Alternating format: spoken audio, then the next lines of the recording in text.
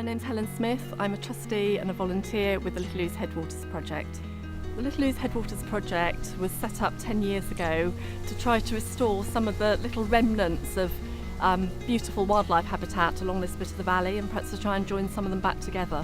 We undertake a wide range of work on the sites. For some sites it's very radical restoration work, as it was here. We're actually starting from something that was an arable field a few years ago, but perhaps fen 100 years ago, and restoring it to fenland. In other sites it's a case of restoring traditional management, like fencing it and grazing it. I'm Reg Langston. I'm one of the founder trustees of the Little Ouse Headwaters project, and like all the other trustees, live in this area. I started as warden of Hinderclay Fen in about 1998. We merged with Blow Norton in 2000, and we formed the LOHP in 2002. And since then we've been acquiring sites like this one, Parker Bleswicks, and we now have 65 hectares of land. What's going on today is we have invited a group of national experts on different types of flora and fauna. So there are botanists here, people who study snails, mollusks, there's even somebody who studies mosquitoes, and they've all been invited the weekend so that we can collect their data, which is useful to tell us if we're improving these sites or not improving them. I'm Jo Pitt. I'm a trustee for the Little Ouse Headwaters project, and I volunteer for practical work on our sites.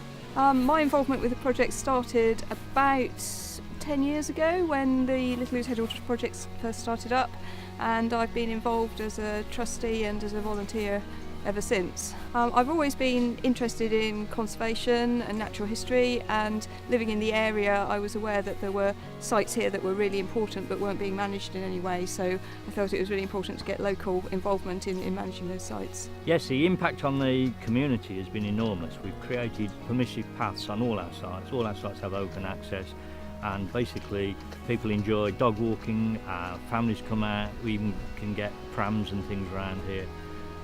As well as improving the biodiversity of the sites. The site we're on at the moment, as I said, was 8-foot nettles at one stage, and now we're having nationally rare species occurring in the water.